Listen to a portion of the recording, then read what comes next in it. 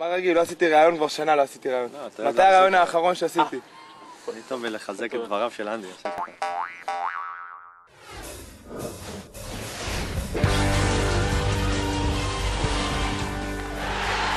בחוץ, בוא נגיד זה ביחד. סנסציה!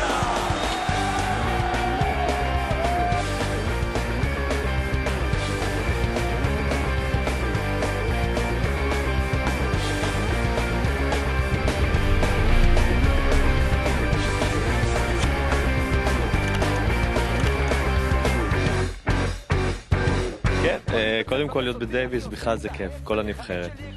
בפרט לשחק עם אנדי, אחרי במיוחד שאנחנו הרבה זמן לא משחקים ביחד, זה איחוד כוחות כל פעם מחדש, ויש לנו זיכרונות טובים מהעבר. יוני, אתה צודק. אני טועה. כיף לשחק עם יוני, תמיד. שחקנו סוף שנה שעברה ביחד. יוני בכושר מעולה, התחיל את השנה מצוין באוסטרליה, חזר לעצמו, כבר לא כואבת לו היד.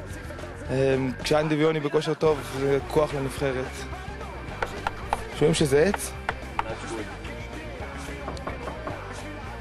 זה הגדולה של כל הנבחרת הזאת, כל פעם מישהו אחר היה מחזיק את הנבחרת, פעם זה דודי שהיה בכושר טוב, היום זה יוני, אין מה לעשות, יוני מחזיק את הנבחרת עם הכושר שהוא נמצא, זה הכל עליך. אנחנו עשינו הישגים גדולים בשלוש שנים האחרונות רק בגלל שאנחנו נבחרת, וכולנו מחזקים את כולם, אנחנו נבחרת מאוד חזקה, מסוכנת, ויכולים להפתיע. עוד פעם, אני מאמין שאפשר לעשות את זה. דודי שחקן הרבה יותר טוב מהמספר 2 שלהם, יהיה קשה בחוץ, אבל אני חושב שהוא עשה דברים גדולים כבר בדייביס עם דודי.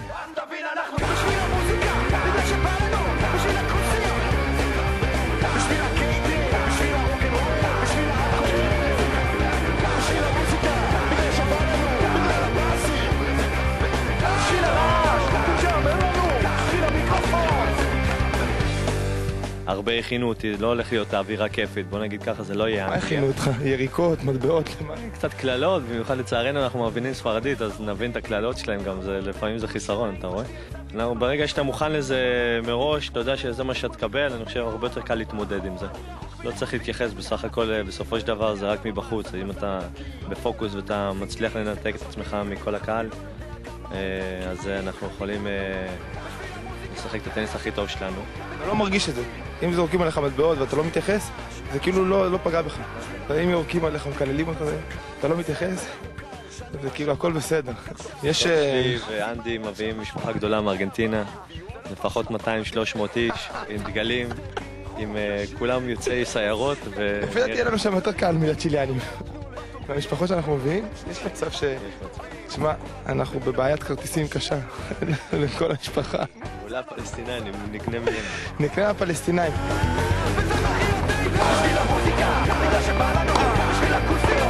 שונא, אנחנו / כולנו, נדבר על לא נורא אם נפסיד. כי אנחנו לא עושים שם להפסיד, או לחשוב לא נורא, או להביא תוצאה. בשביל זה היינו נשארים פה בחופש באקפולקו, תענוג, בטן, גב, קצת קוקטיילים. קצת קוקאין טלים. בכיף פינוקים, למה עכשיו לנסוע עד צ'ילה מלחמות. אנחנו באמת מאמינים שאנחנו יכולים לנצח את המפגש הזה. סתם לא היינו נוסעים עם אמונה. בעזרת השם נצח, אתה יודע מה זה? בעזרת השם, בעזרתך, בעזרתי, בעזרת דודי, הראל, אייל ועם ישראל חי ועמו אמן.